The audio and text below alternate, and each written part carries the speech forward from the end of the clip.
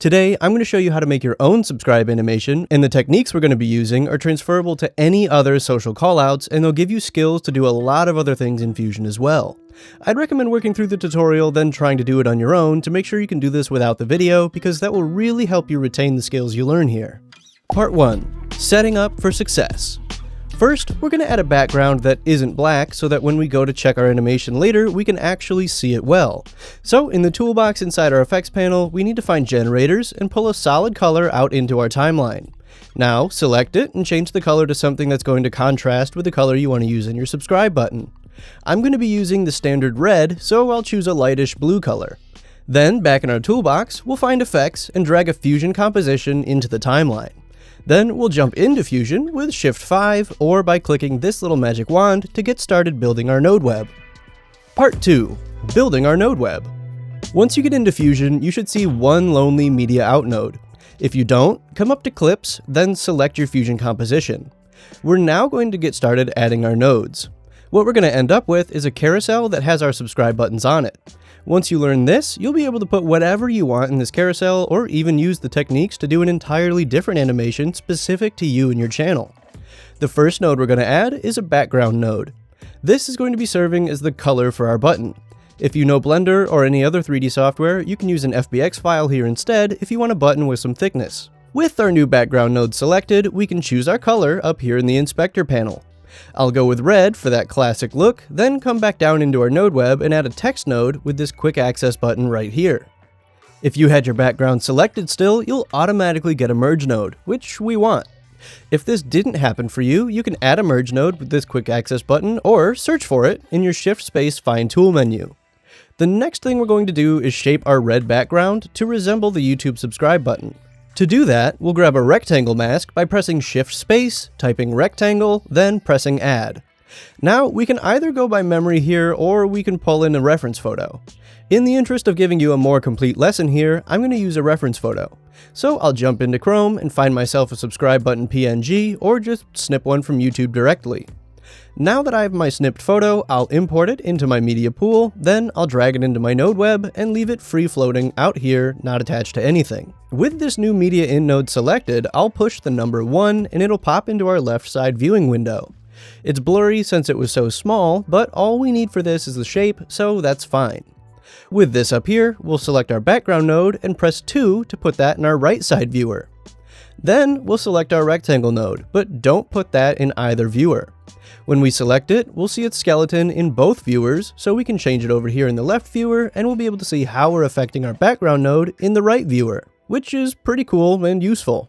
We can use either our green edges here or our width and height sliders in the inspector to match our rectangle to the dimensions of our subscribe button. I'm going to be doing it in the viewer because you can change both width and height at the same time using the corners of the rectangle. That's just a little off, so I'll grab this transform control here and move it into place. That looks right, but now we have to round out our corners. So we'll drag corner radius up in our inspector until our corners match our reference photo, then we'll be able to add our text. Once you're happy with your corner radius, click this merge node and press 2 to put that in our right-hand viewer. Then click your text node and find your rich text editor in your inspector panel. We'll type subscribe into our text editor, then choose a font from this list of fonts. Get as close as you want here, this is entirely up to you. I'm not sure which font they use officially, but I'm going to settle on MS UI Gothic as close enough. Now we'll change our size, and once we're happy with that, we can either use our in-viewer transform controls or come into our layout tab and change our position there. I'm happy with just that size change, but if yours is off-center, go ahead and move it around until you're happy with it. Now we get to part 3, the fun part. By the fun part, I do probably mean the scary part for some of you, but I'll do my absolute best to make this all make sense and be easy to follow. What we're going to do now is transition into a 3D work environment. So we'll select our merge node, then using Shift Space, we'll grab an image plane 3D node. Now we'll select that, Shift Space again, and add in a camera 3D node.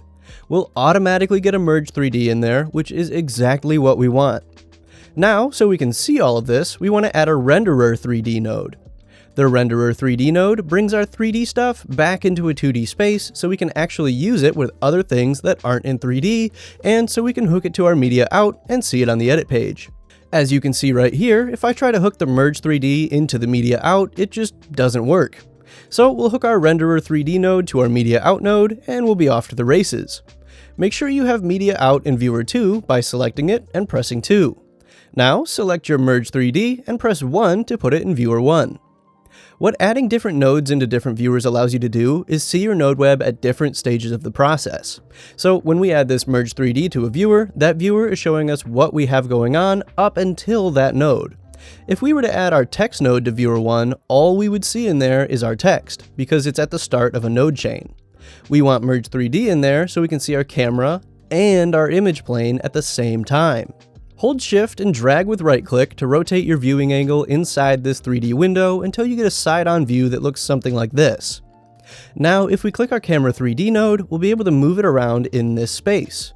Don't assign it to the viewing window though, otherwise we won't be able to see our image plane, because our camera node is the start of a node chain, just like when we looked at our text node earlier. So we want Merge 3D assigned to Viewer 1, and we want to have our camera 3D selected. Now, if we drag this blue arrow back away from our image plane, we'll start to see what our camera's seeing over here in Viewer 2. This is pretty cool, but it can be a little bit weird and overwhelming when you're first getting into it.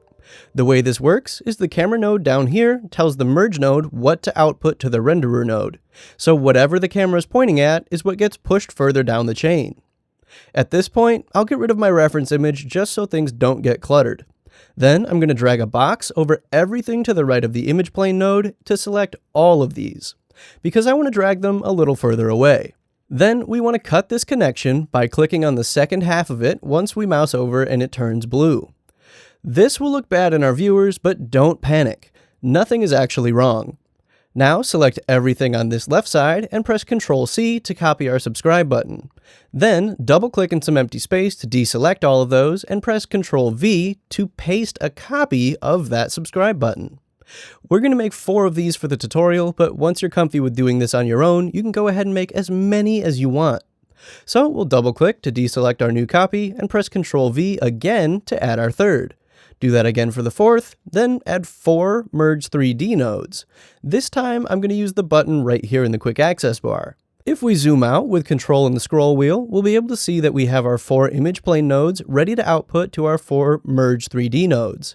I'll connect each one of those, then bring our final output into our merge that's attached to the camera. Now, everything looks pretty much like it did before, but we know that we have 4 subscribe buttons here instead of 1. So if we click our first image plane node right here and head up to our inspector, in our Transform tab, we'll be able to change our rotation and position. We can also change position by dragging our in-viewer transform controls. So I'm going to move this to the side and rotate it 90 degrees, then pull it alongside our camera. This will be much easier if our camera is on an intersection on this grid. So I'll move it until that little red dot sits right on a grid point, then I'll adjust my image planes until they fit properly around it in a square. If you find it easier, you can select them in the viewer instead of in the node web, but do whichever one you're most comfortable with. Again, if you want to rotate around in here, hold Shift and drag with right click. Once you have your square, you'll probably notice that your subscribe button is now way too big. We're going to fix that by changing the focal length of our camera. So we'll select our camera 3D node and find our inspector panel. Over here, we can see this focal length slider. These are accurate to the focal length of real lenses, so if we bring it down, we'll get a wider field of view. I'm going to slide this down until I can see my whole subscribe button. And because I would rather this be an even number, I'm just going to make it 12. Part 4. Keyframing the movement. Now we can see our button, but we still haven't animated anything.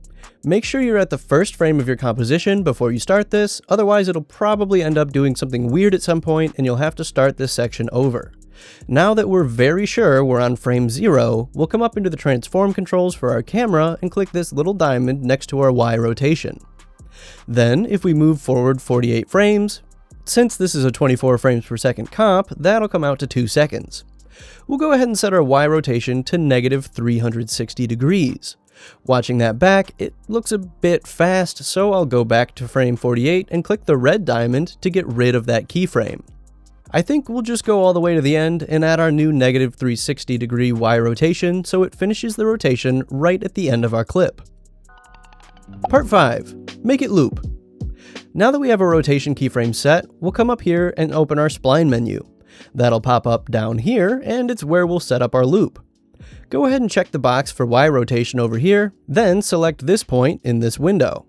Once this line changes color, go ahead and press Ctrl A. That will select every keyframe you have in this graph.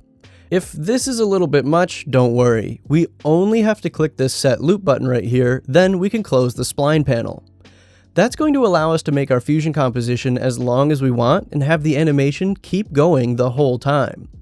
Let's go to the edit page and check out what we have so far. We've got our subscribe carousel animation, but it looks a little off. It needs motion blur. So we'll pop back into Fusion and select our Renderer 3D node, then in the inspector, we'll go to the Settings tab. We'll check motion blur and set the quality to 10. That'll make it a little harder to run, so you might get some lag, but it'll look much better. So we'll shrink this down into the corner and see how it looks. We definitely don't want this hard edge here, so we'll pop back into Fusion again and add a rectangle mask to our Renderer 3D. Give that a little bit of soft edge, then give this another check in the edit page. If you want to make your masks even better and learn some new things you can do with them, I'd highly recommend you check out this video I made for you about exactly that. I'll see you over there.